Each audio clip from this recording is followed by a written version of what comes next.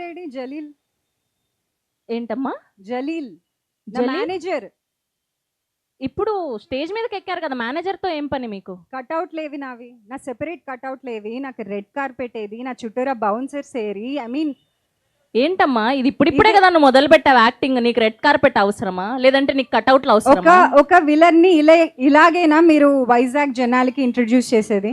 అసలు మిమ్మల్ని చూస్తే ఎవరైనా విలన్ అనుకుంటారా? మీరు చెప్పండి, ఒక విలన్ ని ఇలా అయినా ఇంట్రడ్యూస్ చేస్తారు? వైజాగ్ వాళ్ళు ఇలానే చేస్తారంట.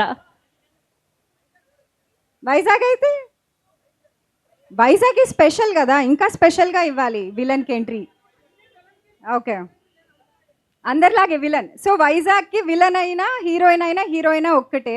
Vizag is like that because it's very special. I love Vizag. Hi Vizag. So నేను ఇలా మంచిగా మంచి అమ్మాయిలా కనిపిస్తున్నాను అని అనుకోకండి. అస్సలు కాదు. నా క్యారెక్టర్ చూసారు కదా, పేరు రేణు. అండ్ ఇలాంటి విలన్ని మీరు ఎక్కడ చూసి ఉండరు ఏ సినిమాలోనూ. నీలాంబరి తర్వాత నువ్వే అని అని ఒక టాక్ నడుస్తుంది జస్ట్ మా ఇంట్లో, అంతే, బయట కాదు. So I hope this works out for all of us. I'm really proud.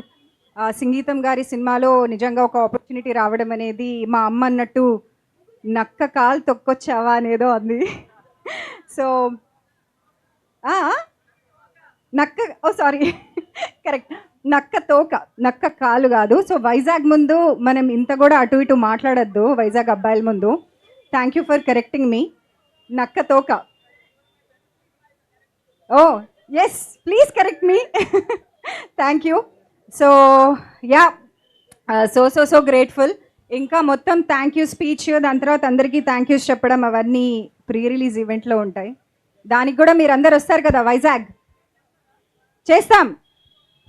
కొంచెం వైజాగ్ ఇంకా ఎనర్జీ చూపించచ్చు కదా, అందరికీ చెప్పచ్చు కదా నువ్వు. హలో బెస్టీ, ఇంకా energy. Okay okay. So remember